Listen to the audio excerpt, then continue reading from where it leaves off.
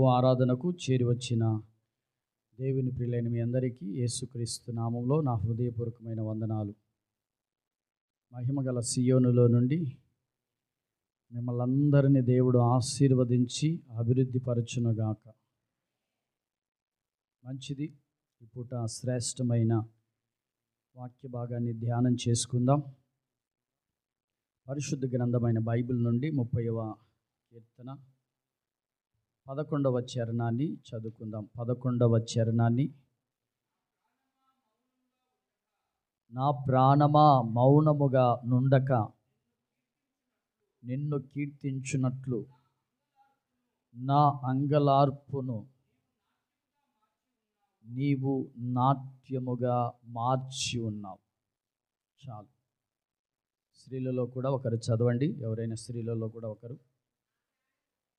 నా ప్రాణము మౌనముగా నుండక నిన్ను కీర్తించునట్లు నా అంగలార్పును నీవు నాట్యముగా మార్చి ఉన్నావు. కీర్తనకారుడైనటువంటి దావీదు గారు పాటగా చక్కగా వ్రాస్తున్న కీర్తన, నా అంగలార్పును నాట్యముగా మార్చి ఉన్నావు. నేను ఇంకొక విధంగా కూడా మీతో ఈ వాక్య భాగాన్ని పలుకుతాను.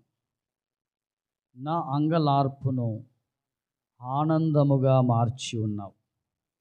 దేవునికి మహిమ కలుగునుగాక.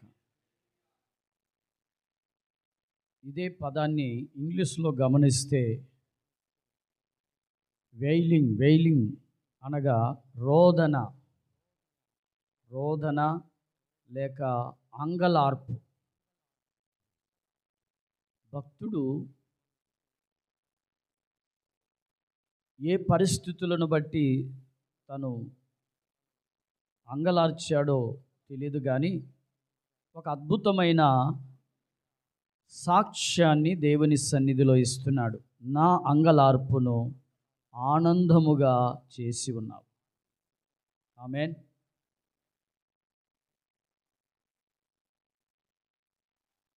ఆర్థిక పరిస్థితులు మన జీవితంలో ఎదురైనప్పుడు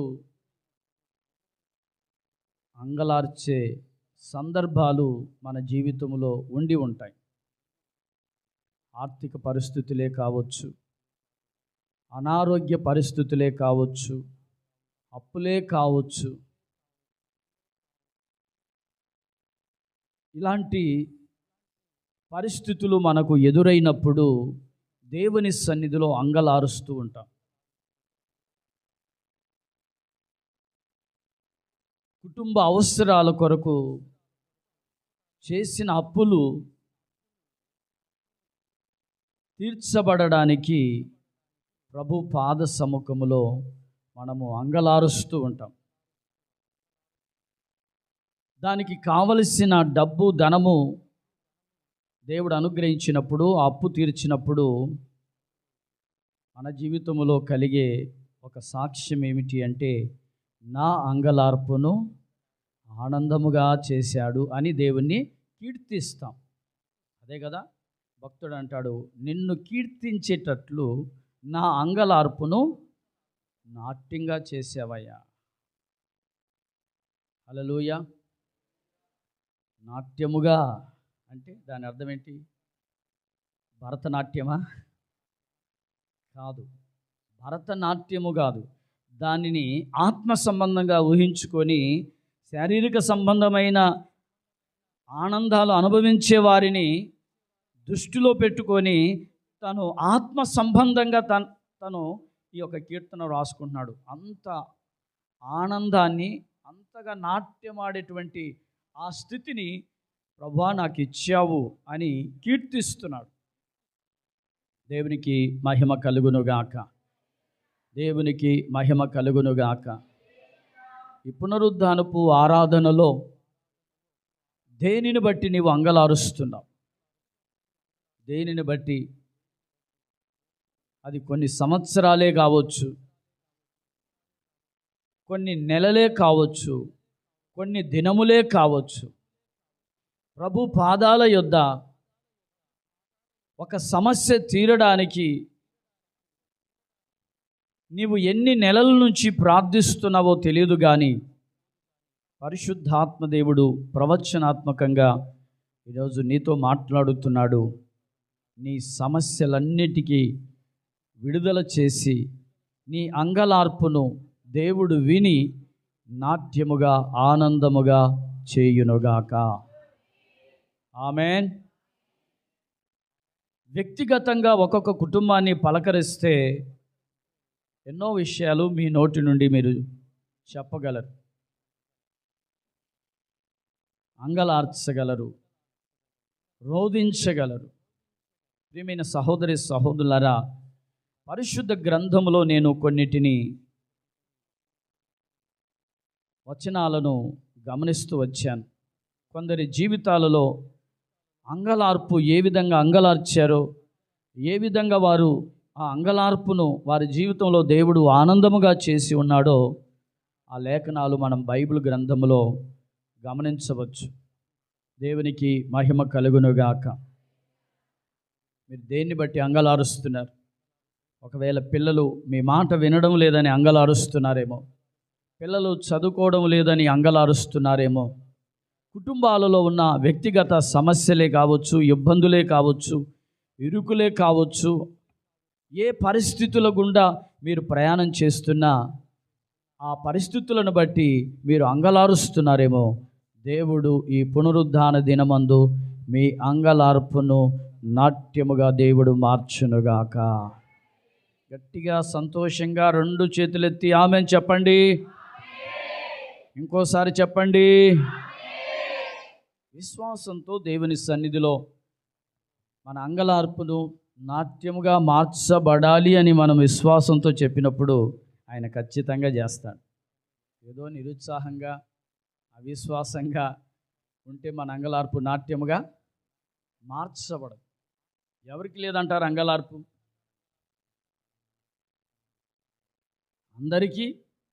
అందరికీ ఉంది, అవునా?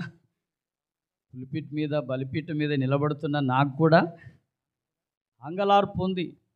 4 గోడల మధ్య రహస్యంగా నేనేమి అంగలారుస్తానో మీకు తెలియదు. పైకి మాత్రం వాక్యం చెప్పేటప్పుడు అన్నకు బాధలు లేవనుకుంటా, ఏ సమస్యలు లేవనుకుంటా, చక్కగా నవ్వుతూ ఉన్నాడు, చక్కగా నవ్విస్తూ వాక్యం చెప్తున్నాడు అని మీరు అనుకోవచ్చు. ఒంటరిగా ఉన్నప్పుడు 4 గోడల మధ్య నేను కూడా నాకు తెలియకుండానే నేను కూడా అంగలారుస్తూ ఉంటాను. ప్రతి ఒక్కరికి ఏదో ఒక అంగలార్పు ఉంది. అంగలార్పు లేని వారంటూ ఎవరు లేరు. ఏదో ఒక సమస్య మనలను వెంటాడుతున్నప్పుడు, ఏదో ఒక సమస్య మనలను గాయపరుస్తున్నప్పుడు, ఏదో ఒక సమస్యను బట్టి విసికి వేసారిపోయిన సందర్భాలలో అంగలార్చే దినాలు మన జీవితంలో లేకపోలేదు. ఏదో ఒక సందర్భంలో అంగలారుస్తూనే ఉన్నాం. ప్రియమైన సహోదరి సహోదరులారా, మీ అంగలార్పును దేవుడు నాట్యముగా చేయునుగాక. గట్టిగా 2 చేతులెత్తి ఆమేన్ చెప్పండి. మీ అంగలార్పును దేవుడు నాట్యముగా చేయునుగాక. దీర్ఘకాల వ్యాధి చేత నలిగిపోతున్నారేమో, ఎప్పుడు ఈ వ్యాధి నుంచి నేను విడుదల పొందుతాను, ఈ వ్యాధికి ఎప్పుడు నాకు స్వస్థత కలుగుతుంది, ప్రతిరోజు ట్యాబ్లెట్లు వాడాల్సిందే, ఈ ట్యాబ్లెట్లు వాడకుండా నేను ఎప్పుడు విముక్తి పొందుతాను అని అంగలార్చే వాళ్ళు లేకపోలేదు. ఇప్పుడు వస్తున్న వ్యాధులు వయస్సుకు తారతమ్యం లేకుండా వస్తున్నాయి. వ్యాధులు, విషజ్వరాలు సడన్గా పల్స్ పడిపోతున్నాయి, సడన్గా కోమాలోకి వెళ్ళిపోతున్నారు. ఇలా ఎన్నో సందర్భాలలో మనం అంగలారుస్తూ ఉండవచ్చు. నా ప్రియ సహోదరి సహోదరులారా, మీ ప్రతి అంగలార్పును నా దేవుడు నాట్యముగా చేయునుగాక. ఆమేన్. యోబు గ్రంథం 10వ అధ్యాయం మొదటి వాక్యం చూడండి. యోబు గ్రంథం 10వ అధ్యాయం మొదటి వాక్యం. నా బ్రతుకునందు నాకు విసుగు పుట్టినది, నేను అడ్డు లేకుండా చాలు, అంగలార్చేదను. భక్తుడైన యోబు పలుకుతున్నటువంటి మాట ఇది. భక్తుడైన భూమి మీద అతని వంటి వాడెవడును లేడు. తూర్పు దేశపు దిక్కు జనులందరిలో ఆశీర్వదించబడినటువంటి ఒక వ్యక్తి. ఆ తూర్పు దేశపు దిక్కు జనులందరిలో కూడా అతని వంటి వాడు ఎవడు కూడా కనబడడంట. అంతగా దేవుడు బ్లెస్ చేశాడు. ఆత్మీయ జీవితంలో కూడా అతని వంటి వాడు ఎవడు లేడు. యెహోవా యందు భయభక్తులు కలిగిన వాడు, చెడుతనమును విసర్జించిన వాడు, యథార్థవంతుడు, న్యాయవంతుడు.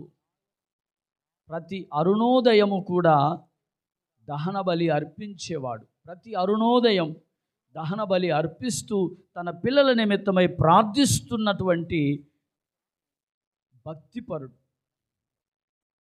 అలాంటి వ్యక్తి అంగలార్చే ఆ సమయం అతనికి వచ్చింది. అతను కూడా చూడండి, సమస్యలు ఇక ఏమీ లేవు, ఇబ్బందులంటూ ఏమీ లేవు. తనకు సమృద్ధిగా దీవించబడ్డాడు. పొలం ఉంది, చక్కగా ఎడ్లు ఉన్నాయి, గొర్రెలు ఉన్నాయి, ఏమండి, గాడిదలు ఉన్నాయి, అన్నీ కలిగి ఉన్నాడు, అన్ని సమృద్ధి కలిగి ఉన్నాడు. ఇలాంటి వ్యక్తికి ఒకరోజు అంగలార్చే పరిస్థితి వచ్చింది. తను అంటాడు కదా, ఎడతెరిపి లేకుండా నేను అంగలారుస్తున్నాను. అడ్డు లేకుండా అంటే ఏంటి? దాని అర్థం అడ్డు లేకుండా అంటే ఏంటి? మరలా చదవండి ఆ వాక్యం. నా బ్రతుకునందు నాకు విసుగు పుట్టినది, నేను అడ్డు లేకుండా అంగలార్చెదను. అడ్డు లేకుండా అంటే ఏ వ్యక్తి కూడా నాకు అడ్డు రాకుండా, ఇక ఏ వ్యక్తికి కూడా నేను అవకాశం ఇవ్వకుండా అంగలార్చెదను అంటున్నాడు. ప్రియమైన సహోదరి సహోదరులారా, అప్పుడప్పుడు ఎవరైనా మనం అంగలారుస్తూ ఉంటే ఆప్తులైన వారు సమీపించి మన అంగలార్పును నాట్యంగా చేయడానికి వస్తుంటారు. అమ్మా, భయపడొద్దు, ఏడవద్దు, ధైర్యంగా ఉండు. ఏమంటారు చెప్పండి? ఈ అంగలార్పులోని దుఃఖము కూడా వస్తుంది. అంగలార్పులో దుఃఖము, రోదన. ప్రియమైన సహోదరి సహోదరులారా, ఈ అంగలార్పు కలిగిన వేళలో తను అంటాడు, నాకు ఎవరు కూడా ఇక నేను అడ్డు రాకుండా అంగలార్చేదను. నేనంటాను, ఒకవేళ ఒంటరిగా ఉన్నప్పుడు, రహస్యంగా ఉన్నప్పుడు, ఎడతెరిపి లేకుండా నీ సమస్యలను బట్టి, నీ ఇబ్బందులను బట్టి, నీ వ్యాధులను బట్టి, నీ ఆర్థిక పరిస్థితులను బట్టి, నీ పిల్లల పరిస్థితుల విషయంలో నీవు అంగలార్చుచున్నావేమో, ప్రభువు నిశ్చయముగా నీ అంగలార్పును నాట్యముగా మార్చునుగాక. ఆమేన్. నిశ్చయముగా యోబు యొక్క అంగలార్పును దేవుడు విన్నాడండి. యోబు యొక్క అంగలార్పును దేవుడు విన్నాడు. పోగొట్టుకున్నదంతయు దేవుడు తిరిగి ఇచ్చాడు. ఒకవేళ పోగొట్టుకున్న దాన్ని బట్టి నీవు అంగలారుస్తున్నావేమో, సంపాదించుకున్న దాన్ని పోగొట్టుకొని అంగలారుస్తున్నావేమో, నా ప్రభువు తిరిగి నీకు అది రెట్టింపుగా దయచేయునుగాక. గట్టిగా ఆమేన్ చెప్పండి. పోగొట్టుకున్నదంతయు నా దేవుడు తిరిగి నీకు ఇచ్చునుగాక. యోబు ఎందుకు అంగలార్చుచున్నాడు? పోగొట్టుకున్న దాన్ని బట్టే కదా.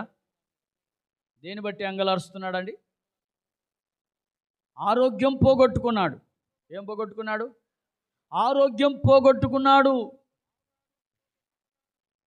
కుటుంబానికి ఆస్తులుగా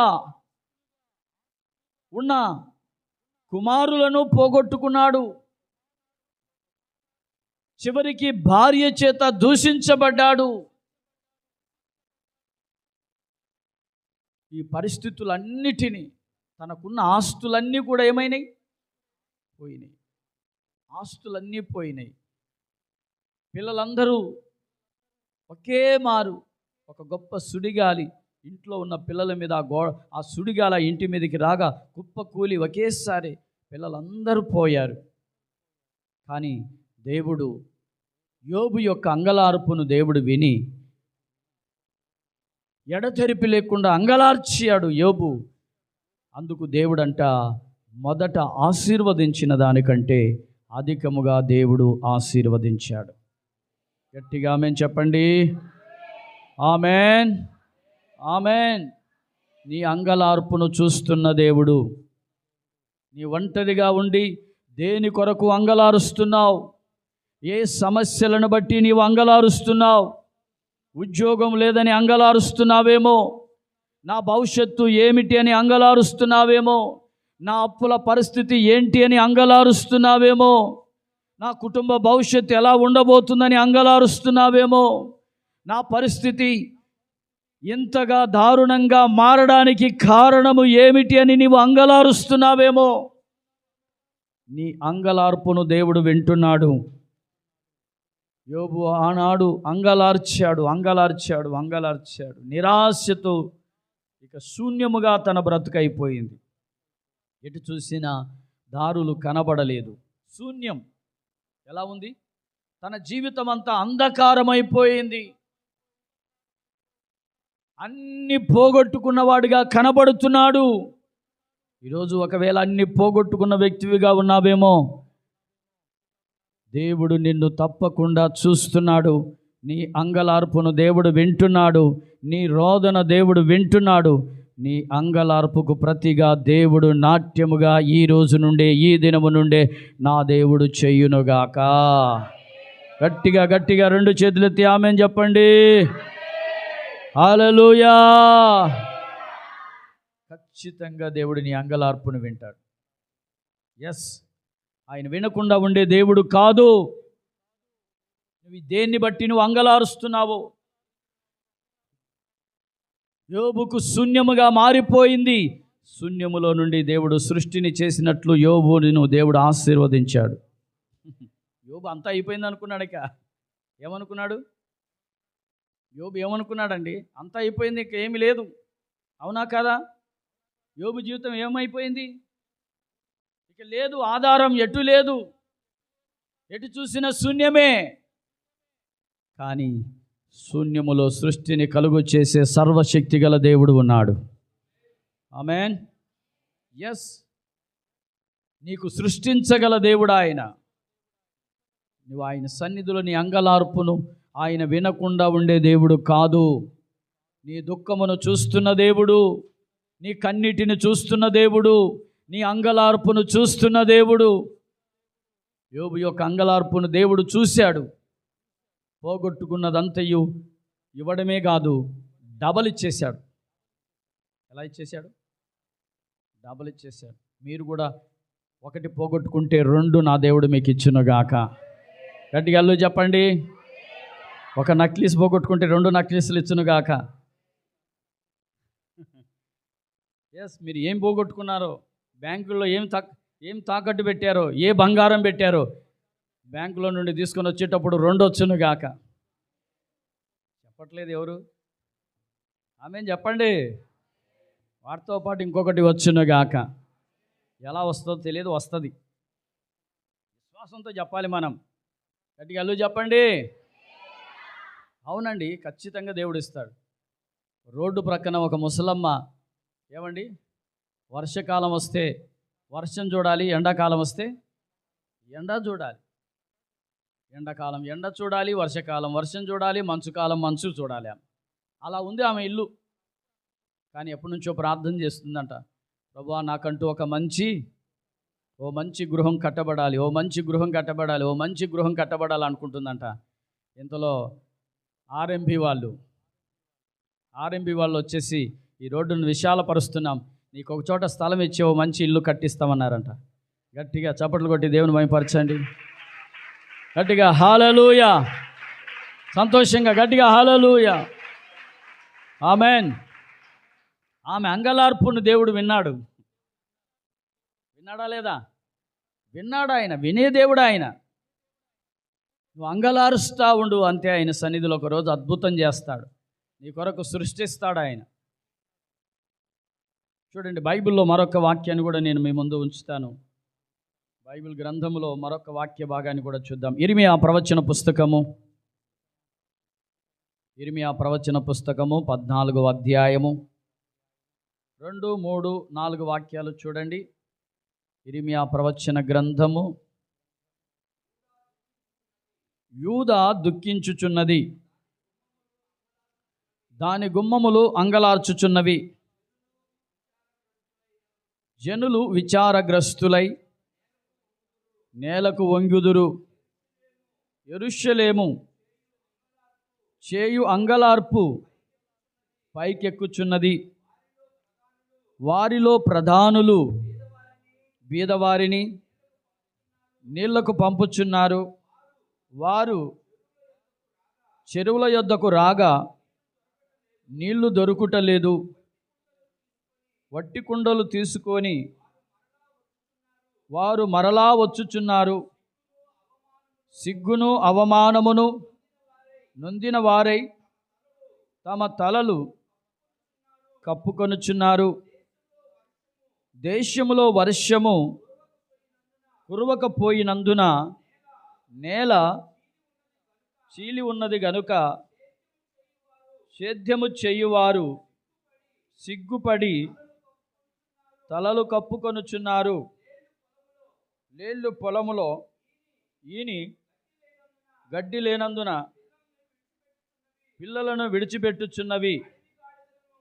అడవి గాడిదలను చెట్లు లేని మెట్టల మీద నిలవబడి నక్కల వలె గాలి పీల్చుచున్నవి. మేత ఏమీయూ లేనందున దేని కొరకు ఇక్కడ అంగలార్చుచున్నారు? దేని కొరకు? హల్లెలూయా.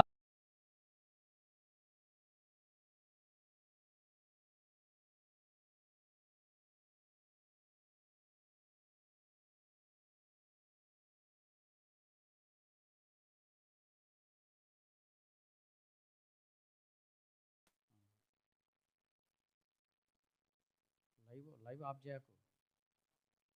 గట్టిగా చెప్పండి సంతోషంగా, హల్లెలూయా. ఇంతకు వాళ్ళు అక్కడ వారి అంగలార్పేంటి?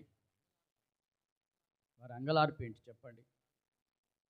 నీళ్లు లేవు, కరువు, వర్షం లేదు. దేశంలో ఏమి లేదు? అందరు చెప్పాలి, ఏం లేదమ్మా? దేశములో వర్షము లేదు. ఈ వర్షము కొరకు వారు అంగలార్చుచున్నారు. అసలు దేశములో ఎందుకు వర్షము లేదు? 7వ వచనం చూడండి. 7వ వచనం, యెహోవా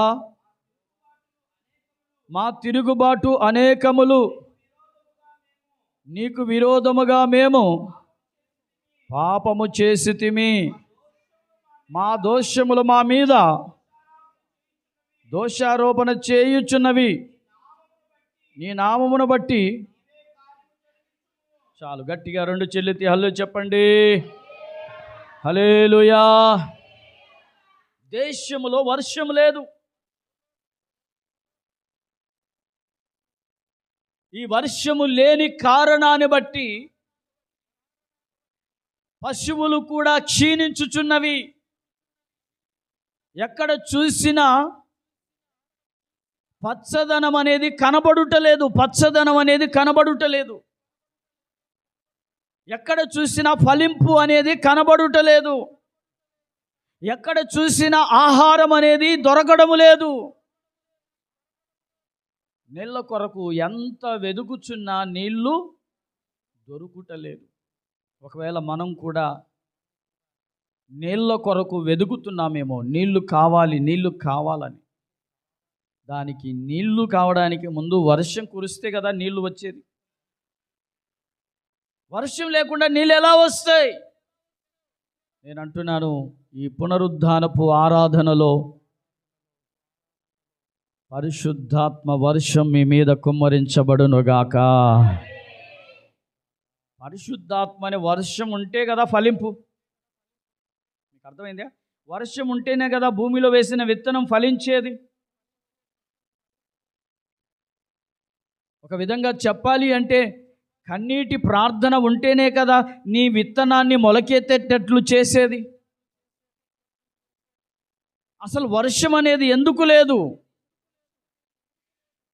తిరుగుబాటు చేసిన కారణాన్ని బట్టి. దేవునికి తిరుగుబాటు ఏం చేశారండి? ఈరోజు మన మీద పరిశుద్ధాత్మ యొక్క వర్షం మన మీద కురవట్లేదు అంటే ఒకవేళ మనలో తిరుగుబాటు, దేవునికి తిరుగుబాటు చేసేటువంటి ఆ యొక్క పరిస్థితులు ఒకవేళ ఉన్నాయేమో. అందుకే వాళ్ళు ఒప్పుకుంటున్నారు, అయ్యా మా తిరుగుబాటు అనేకములు. ఒకటి కాదంట తిరుగుబాటు, అనేకములు అంటే చాలా అని అర్థం. చాలా ఉన్నాయి వారిలో. దేవునికి తిరుగుబాటు చేసినవి చాలా సందర్భాలలో వారు దేవునికి తిరుగుబాటు చేస్తూ వచ్చారు. అందుకనే దేశములో వర్షము లేదు.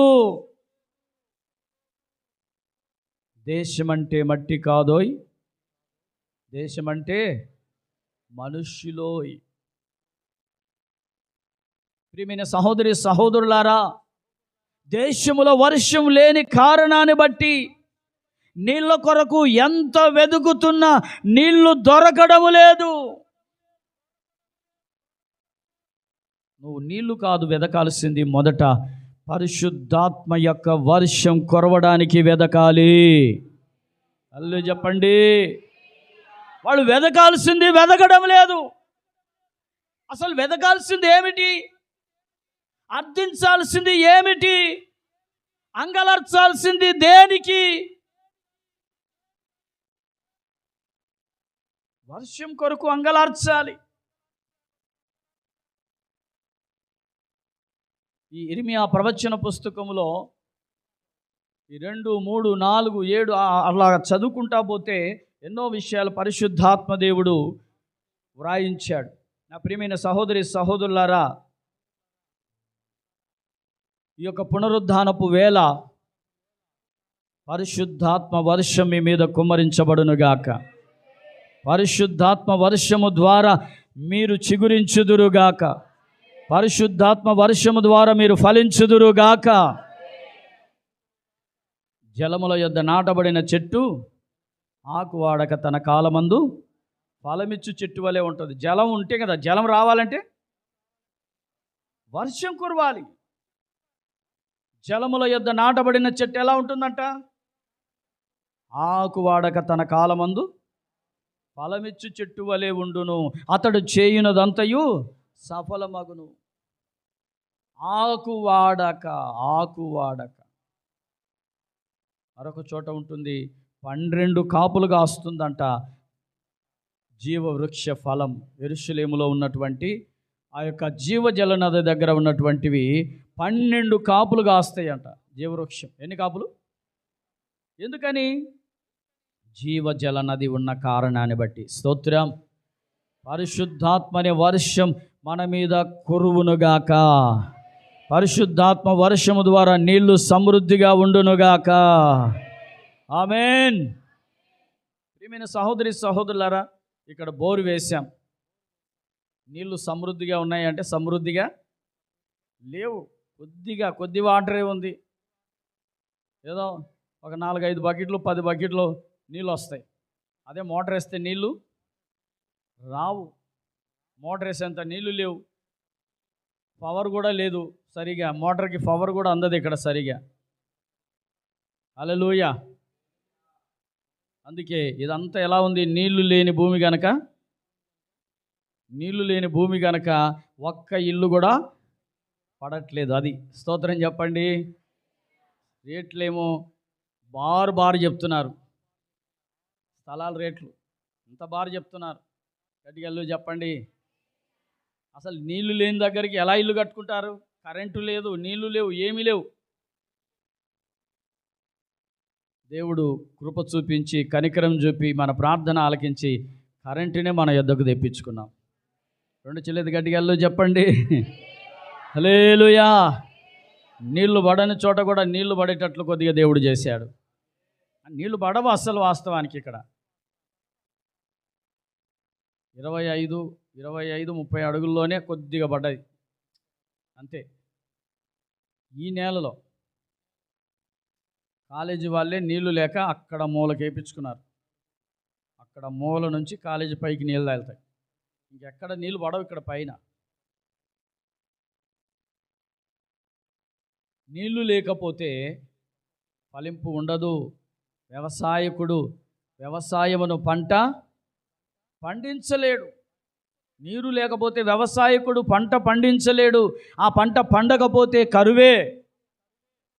హల్లెలూయా.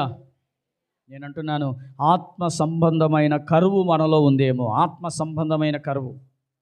పరిశుద్ధాత్మ అభిషేకం లేకపోతే ఆత్మ సంబంధమైన ఆత్మ ఫలము కనపడదు. ఏ ఫలం కనపడదు? ప్రేమ, సంతోషం. ప్రేమ ఉందా? ప్రేమ అంట మత్సరపడదంట. ప్రేమ ఏం చేయదమ్మా? ప్రేమ మత్సరపడదు, డంబముగా నడవదు, అమర్యాదగా నడవదు, సప్రయోజనమును విచారించదు ప్రేమ. హల్లెలూయా.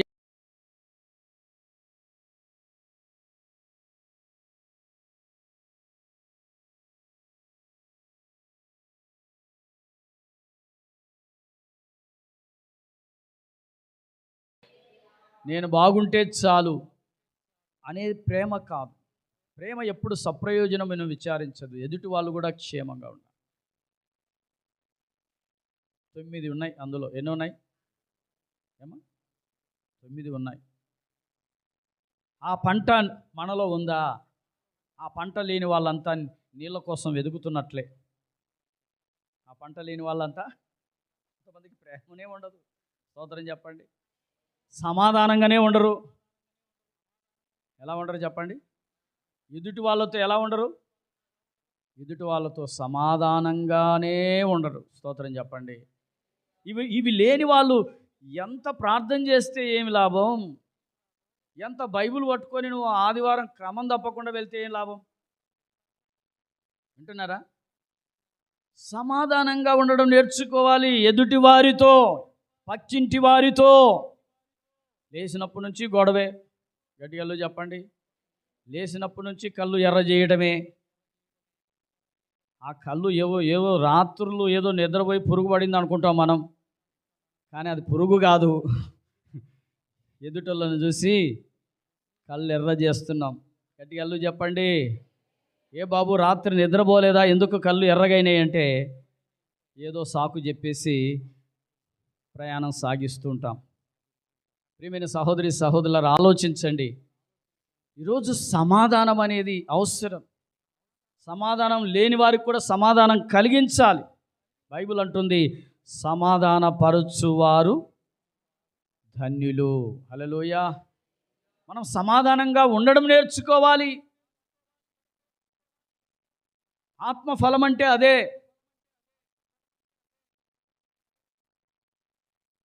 ఇంటి నిండా పాలు పోస్తే ఎత్తుకునేటట్లు ఉంటే అది కాదు ఫలం.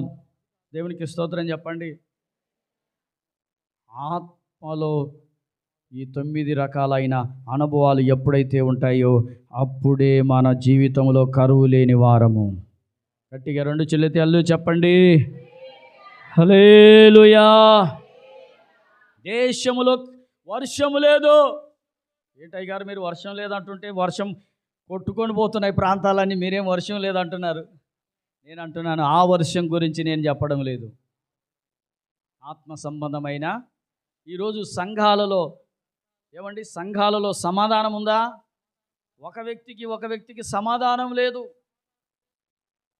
ఒక వ్యక్తికి పడదు. ఒక వ్యక్తిని ప్రేమిస్తే ఇంకొక వ్యక్తి ఒప్పుకోలేడు. స్తోత్రం చెప్పండి. అంతెందుకండి, భర్త ఒక అమ్మాయితో మాట్లాడితే భార్య తట్టుకోలేదు. అంటే దేనికి మాట్లాడతారు? అసలు మాట్లాడాల్సింది దేనికి?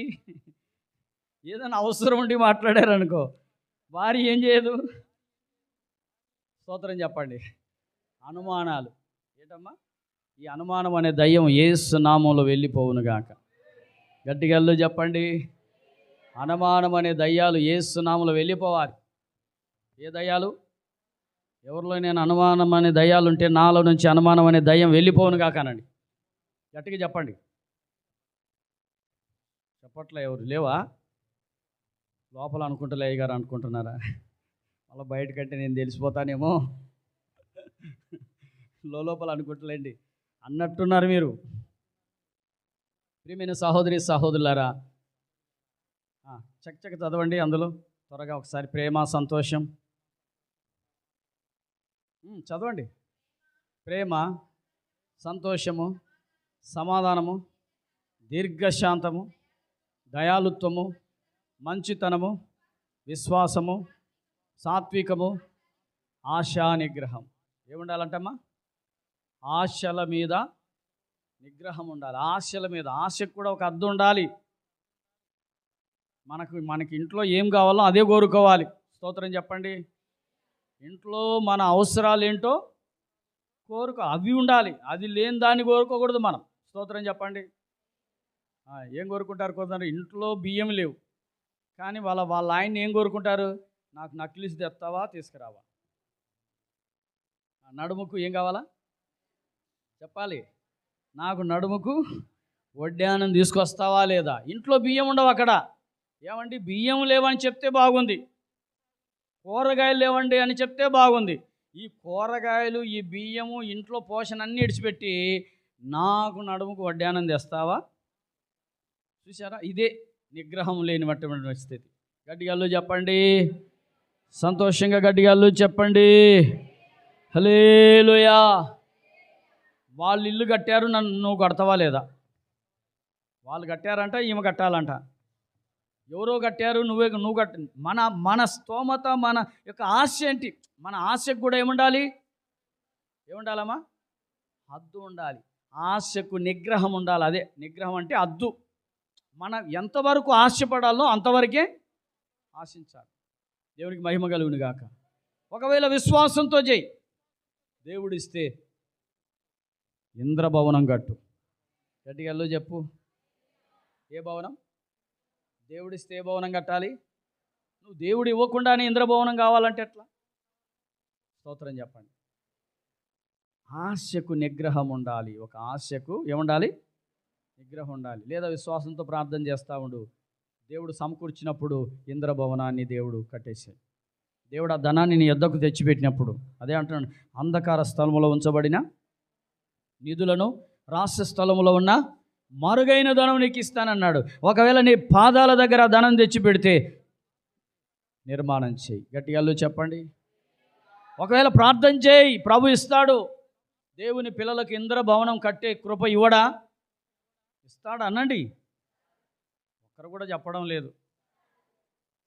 ఇస్తాడు. ఎస్, దేవుడు ఇస్తాడు. మీరు కట్టబోతున్నారు.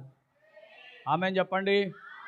మీకు దేవుడు మంచి విశాలమైన స్థలాలు ఇవ్వబోతున్నాడు. ఇంద్రభవనాలు కట్టబోతున్నారు. ఇరుకులో నుండి బయటికి రాబోతున్నారు.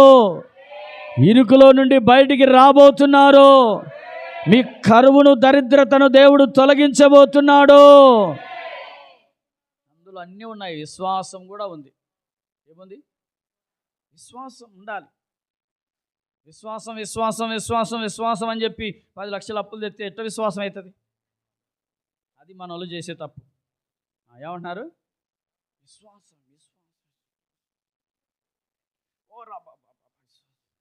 అని చెప్పి 10 లక్షలు విశ్వాసం అంటున్నాం. దాన్ని 10 లక్షల అప్పు తెచ్చి ఏమంటున్నావు? నీకు అర్థమైందే నేను చెప్పేది? అలా కాదు. నువ్వు అప్పు చేయకుండా నీ దగ్గరికి 10 లక్షలు దేవుడు ఇవ్వాలి. గట్టిగా 2 చేతులు ఊపుతాల్లో చెప్పండి. దేవుడు మీకు 10 లక్షలు కాదు, 50 లక్షలు కాదు, కోటి రూపాయలు కాదు, దేవుడు మీకు 10 కోట్లు ఇచ్చునుగాక. చెప్పడం లేదు చూడండి. చాలామంది కోట్లు వద్దా కావాలన్నా వద్దా? కోట్లు కావాలా వద్దా? నాకైతే కావాలి. మీ ఇష్టం, మీకు రావు. నేనే కోటేశ్వరుని అవుతా. మీరు నన్ను చూసి ఏడవాకండి. నేను మీ కళ్ళ ముందే కోటేశ్వరుని అయిపోతా. మీరు ఏడుస్తారా?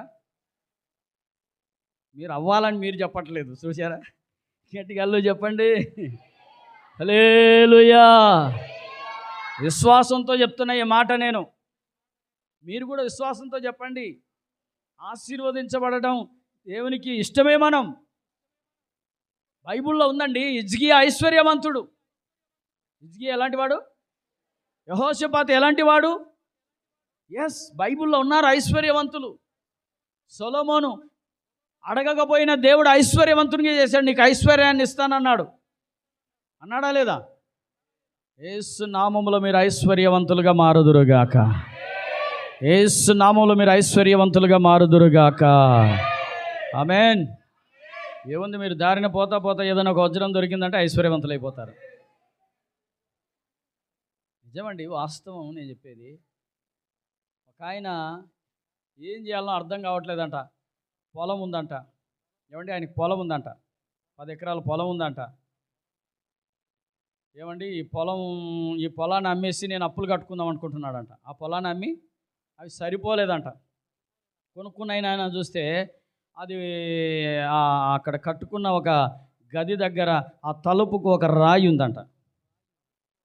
ఎవరో వచ్చారంట అది చూడ్డానికి, ఆ పొలం చూడ్డానికని ఎవరినో విజిట్ చేద్దామని వచ్చి చూస్తే దానికి సంబంధించిన అది వజ్రం అంట. ఏది? వజ్రం అంట. ఆ పొలం అమ్మినోనికి తెలియలే తన పొలంలో వజ్రాలు ఉన్నాయన్న సంగతి. వింటున్నారా? ఈ పొలంలో వజ్రాలు ఉన్నాయి. చెప్పండి గట్టిగా. ఎక్కడో వజ్రం కాదు, ఈ పొలంలోనే వజ్రాలు ఉన్నాయి. ఏడాడో వజ్రాలు దొరుకుతాయని కాదు, ఈ పొలంలోనే వజ్రాలు మీకు దొరికి ఉన్నాయి. హల్లెలూయా. మీకు వజ్రాలు దేవుడు ఇవ్వబోతున్నాడు. ఎస్, దేవుడు ఇవ్వాలి అంతే. నేను అంటున్నా, మనం ఆరాటపడడం కాదు. దారిలో సడన్గా పోతా ఉన్నప్పుడు నీ కాలుకు తగలాలి. అది వెంటనే మెరుస్తూ ఉండాలి, పట్టుకోవాలి, తీసుకోవాలి. 1 కోటి రూపాయలు తెచ్చుకోవాలి. ఆ 1 కోటి రూపాయల నుంచి నాకు దశంభాగం తీసుకురావాలి మీరు. ఆమేన్. ఇయర్ చూసారా? దశంభాగంలో సగం ఎగ్గొట్టడానికి ప్లాన్ చేస్తున్నారు మీరు. ఎవరి ప్రిస్కుల్లాగా. దేవునికి స్తోత్రం. సరే, తలలో ఉంచండి, ఇక ప్రార్థన చేసుకుని ముగించుకుందాం. ప్రార్థన చేసుకుందాం. దేవా, నా అంగలార్పును వినే దేవుడవయ్యా. అందరూ చిన్న ప్రార్థన చేసుకోండి. నా అంగలార్పును నాట్యంగా చేయి ప్రభువా. ఎన్నో దినాల నుంచి నేను అంగలారుస్తున్నానయ్యా. నా అప్పులను గురించి అంగలారుస్తున్నానయ్యా. నా కుటుంబాన్ని గురించి అంగలారుస్తున్నాను ప్రభువా. జీవనోపాధి సరిగా లేదని అంగలారుస్తున్నానయ్యా. వ్యాపారాలు సరిగా సమృద్ధిగా జరగడం లేదని అంగలారుస్తున్నానయ్యా. వచ్చే కష్టార్జితం సరిగా లేదని అంగలారుస్తున్నానయ్యా. ఒక్క క్షణం మీ 2 చేతులెత్తి, మీరు ఏ పరిస్థితుల్లో ఉన్నారో, ఏ ఇబ్బందులలో ఉన్నారో, ఏ ఆర్థిక పరిస్థితుల్లో ఉన్నారో దేవుని సన్నిధిలో ఒక్కసారి అంగలార్చండి. విజయరత్నం గారు వచ్చి ప్రార్థన చేస్తాడు. అంగలార్చండి. హల్లెలూయా.